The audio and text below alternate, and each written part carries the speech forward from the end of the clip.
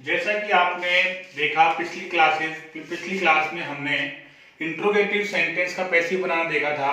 आज हम इस क्लास में इंपेरेटिव सेंटेंस का पैसिव बनाना सीखेंगे। जैसा कि आपको पता है कि सबसे पहले अपने को ये पता होना चाहिए कि इंपेरेटिव सेंटेंस हम अंग्रेजी में पहचानेंगे कैसे। जो भी इंपेरेटिव सेंटेंस होंगे वो वर्ब फर्स्ट फॉर्म से, डू नॉट से, लेट से या फिर प्लीज और काइंडली से शुरू होते हैं। इनमें कोई भी हेल्पिंग वर्ब और सब्जेक्ट नहीं होता है। ऐसी स्थिति में पैसिव बनाने के लिए हम वहां पर हेल्पिंग वर्ब के रूप में बी का यूज करेंगे और हमेशा वहां पर वर्ब थर्ड फॉर्म का प्रयोग करेंगे। ये पहला सेंटेंस हम देख रहे हैं कि जब हमारे पास सेंटेंस वर्ब फर्स्ट फॉर्म से शुरू हो, जब हमारे पास वर्ब फर्स्ट फॉर्म से सेंटेंस शुरू होगा तो उसका पैसिव जब हम बनाएंगे तो उस पैसिव को लेट से शुरू कर देंगे। वहां पर हमेशा जब भी वर्ब फर्स्ट फॉर्म आएगी तो पैसिव हम लेट से शुरू करेंगे। उसके बाद जो ऑब्जेक्ट होगा उस ऑब्जेक्ट को लेट के तुरंत बाद में लिख देंगे। एक चीज आपको हमेशा ध्यान रखनी है, जब भी आपके पास वाक्य में दिस, दैट, दीज, दोज ये आते हैं तो उनके साथ जो भी नाउन होगी वो एक साथ लिखी जाएगी। तो ये बन जाएगा लेट दिस लेटर। अब यहां पर हमारे पास एक्टिव वॉइस में किसी भी प्रकार की कोई हेल्पिंग वर्ब दी हुई नहीं है, तो ऐसी स्थिति में हम हेल्पिंग वर्ब के रूप में बी का यूज करेंगे। जब हमारे पास हेल्पिंग वर्ब नहीं होगी तो हेल्पिंग वर्ब के रूप में हम बी का यूज करेंगे और बी के बाद में हमेशा वर्ब थर्ड फॉर्म का यूज करेंगे। इस प्रकार से हमारा इंपेरेटिव सेंटेंस का पैसिव कंप्लीट होता है। यदि वर्ब फर्स्ट फॉर्म से सेंटेंस शुरू है तो पैसिव को लेट से शुरू कर देंगे। ऐसी स्थिति में जो भी ऑब्जेक्ट होगा वो ऑब्जेक्ट नंबर 2 पर मिल जाएगा, उसे लेट के तुरंत बाद में लिख देते हैं। हेल्पिंग वर्ब के रूप में बी लगा देते हैं और वर्ब थर्ड फॉर्म लगा देते हैं। यदि हम इस सेंटेंस को लेट से ना बनाकर सीधा ऑब्जेक्ट से बनाते हैं कि जो दिस लेटर आ गया, तो उस कंडीशन में हेल्पिंग वर्ब के रूप में अपन वहां पर शुड का यूज करेंगे।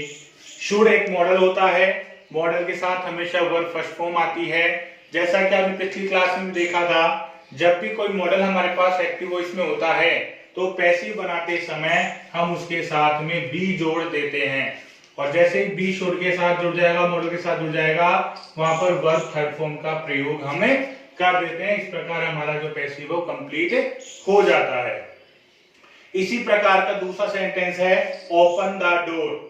अब यहाँ पर वर्ब फर्स्ट फॉर्म से सेंटेंस शुरू हो गया तो ऐसी परिस्थिति में पैसिव को हमने लेट से शुरू कर दिया। लेट से शुरू करने के बाद जो भी ऑब्जेक्ट है हमारा द डोर हमने लिख दिया। किसी भी प्रकार की हेल्पिंग वर्ब हमारे पास एक्टिव वॉइस में नहीं है तो पैसिव बनाते समय हमने बी लगा दिया। और जैसा कि आप सभी लोग जानते हैं पैसिव वॉइस में हमेशा वर्ब थर्ड फॉर्म का यूज होता है, तो यहाँ पर ओपन की थर्ड फॉर्म ओपन हमने लगा दी है। इसी को अगर दूसरे तरीके से बनाएंगे तो जो ऑब्जेक्ट द डोर है वो द डोर पहले आ जाएगा। हेल्पिंग वर्ब के रूप में शुड मॉडल का यूज कर देंगे, मॉडल होने के कारण बी जोड़ देंगे और बी के बाद वर्ब थर्ड फॉर्म वहां पर हम लगा देंगे। ऐसा ही है कि जब दूसरे नंबर पे हम देखते हैं कि यदि हमारे पास एक्टिव वॉइस डू नॉट से शुरू होता है तो हम उसका पैसिव किस प्रकार बनाते हैं।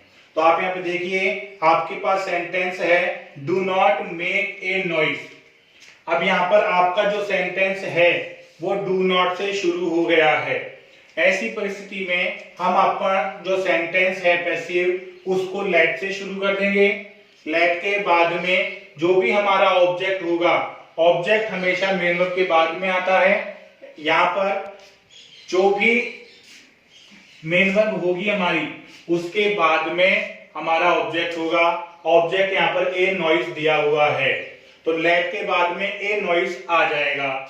ऐसे वाक्यों में जब डू नॉट से शुरू होते हैं पैसिव बनाते समय डू को वहां से हटा देते हैं और उस नॉट को ऑब्जेक्ट के तुरंत बाद में लिख देते हैं, तो ये बन जाएगा लेट ए नॉइज नॉट।